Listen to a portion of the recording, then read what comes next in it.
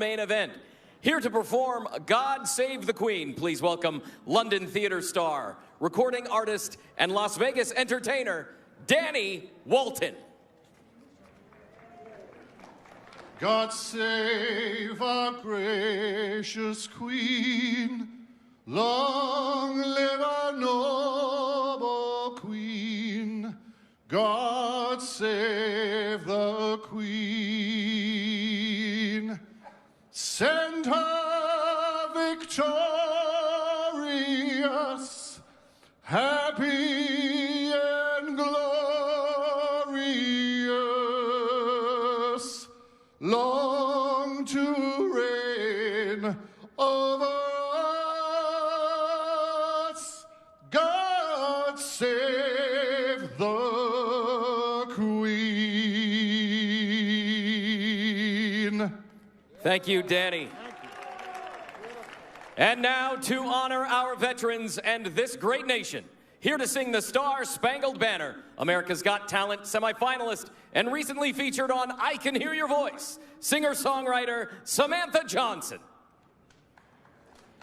Oh, say, can you see by the dawn's early light what so proudly we hailed at the twilight's last gleaming, whose broad stripes and bright stars through the perilous fight o'er the ramparts we watched were so gallantly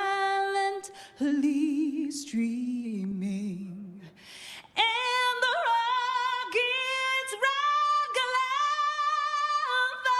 bombs bursting in air gave proof through the night that our flag was still there.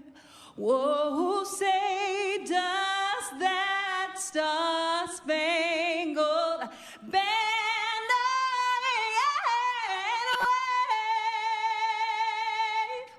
o'er the land of the free and the home of the brave?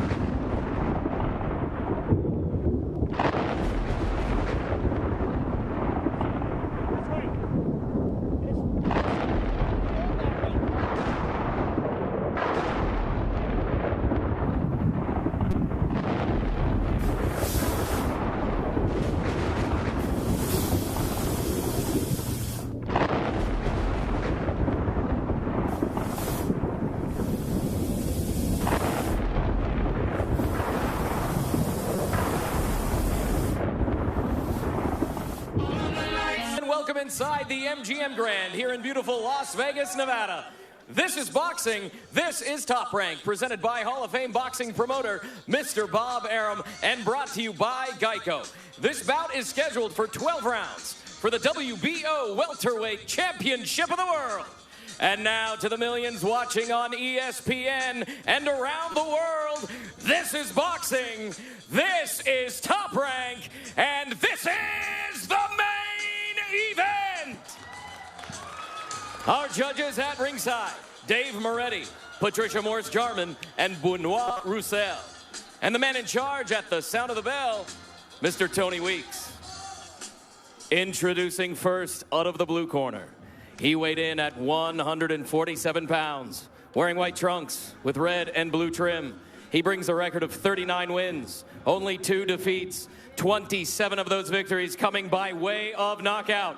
The former welterweight world champion from Sheffield, England, the special one, Kell Brook.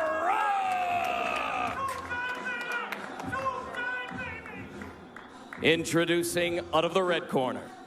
He weighed in at 146.4 pounds, wearing black trunks with gold trim. He brings a perfect record, 36 wins, no defeats, 27 victories coming by way of knockout. The former lightweight world champion, the former undisputed junior welterweight world champion, the reigning, defending WBO welterweight world champion, the pound-for-pound king from Omaha, Nebraska, Terence Bud Crawford.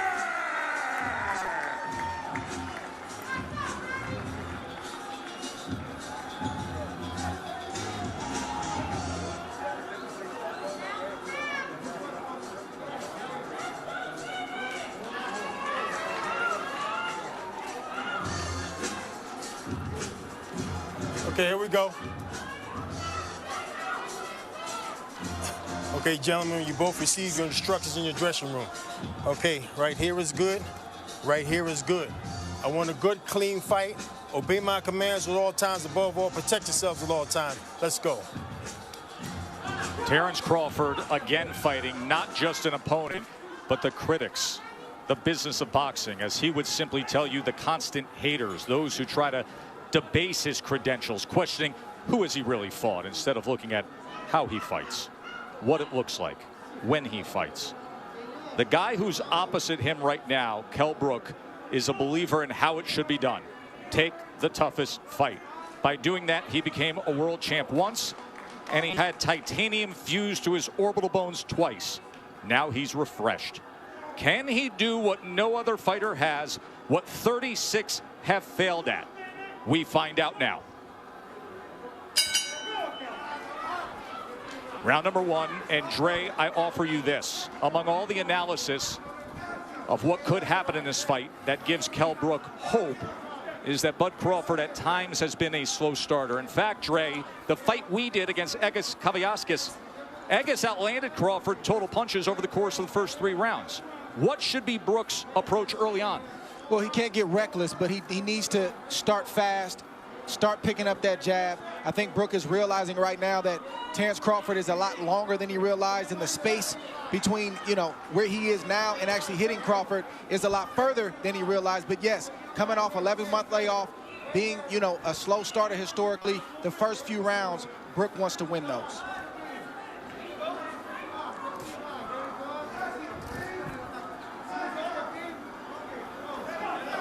But it looks like Brook is playing Crawford's game now. He's watching, he's studying, and I don't think he can outthink Crawford. He's got to start to let those hands go as he comes behind that left hand. See, Brook thing is timing. That's his thing. He wants to time Crawford on the way in. Brook also has a great jab, a sharp jab, a strong jab. And you can see Terence Crawford trying to figure out how he can land his jab without getting hit.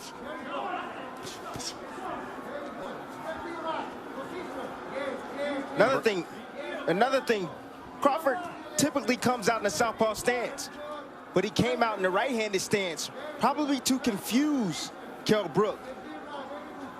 He has power in either hand, Crawford. He has finished guys, whether it is orthodox or southpaw, but in recent years, we have seen plenty of Crawford, mostly in the southpaw stance, and wildly effective in doing so. Here he comes out as a righty. And there is that jab from Kell Brook as he goes to the body against the champ. Brook jabbing extremely well right now, not just to the head, but as you just saw, also to the body. There he throws the right hand behind it. Brook has a brilliant 1-2. It's automatic. It's his favorite combination, but his jab right now is landing. He just scored with it accurately upstairs against Crawford. And that's what it's about. It's about breaking the timing and the rhythm of Terence Crawford. And you have to do that with your jab. Set it up. The power hand, which is the right hand for Brook.